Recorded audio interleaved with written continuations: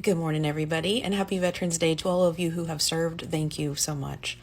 Welcome back to Manufactured Fear, a Century of American Indoctrination. And in our last episode, we talked about how freedom was marketed to the world, how the Cold War turned ideology into product, how fear was rebranded as patriotism, and how comfort became the proof of loyalty.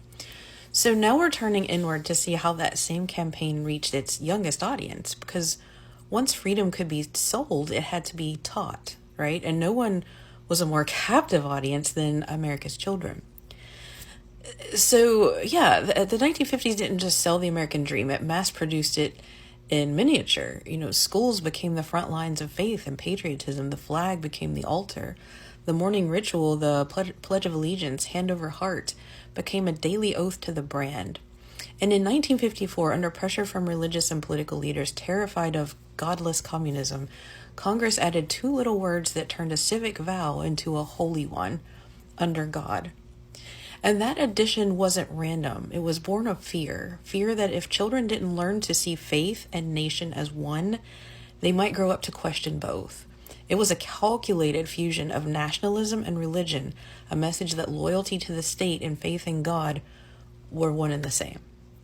And this calculated fusion of nationalism and religion was echoed across the federal government. 2 years later, in 1956, Congress officially mandated "In God We Trust" as the national motto and required it to be printed on all currency. And the message was clear. Loyalty to the state and faith in God were one and the same. And to question the first was to betray the second. And that's how fear was woven into innocence. Every morning, millions of children stood, faced the flag, and pledged allegiance to a concept they were too young to define, but old enough to feel guilty about doubting. They learned early that good citizens don't ask questions, that obedience was virtue, that conformity was safety, and that America's enemies were not just out there somewhere, but could be anyone who didn't belong. It's easy to think of that ritual as harmless, just tradition, but indoctrination rarely looks like coercion. It looks like belonging. It looks like everyone else standing while you sit, or bowing their heads while you hesitate.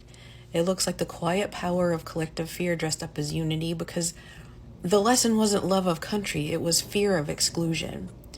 By the late 1950s, that unity was everywhere. Textbooks were scrubbed of labor movements and racial struggle.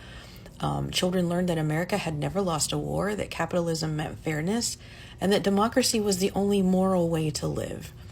They learned this even as activists and artists were being blacklisted in Washington and Hollywood, sending a clear, simultaneous message. The truth taught in class was conditional on absolute conformity outside of it, right? Even cartoons and school films carried the message: freedom good, communism evil. The world was simplified into moral binaries, a worldview designed to make obedience easier and dissent dangerous. This fear wasn't just academic, it was physical. Children participated in regular duck and cover drills, being taught that hiding under a wooden desk could protect them from an atomic blast. This routine absurdity normalized the existence of the enemy and instilled a quiet, obedient duty in the face of incomprehensible terror. Fear of standing out, fear of being wrong, fear of being un-American. And behind it all, the same logic pulsed.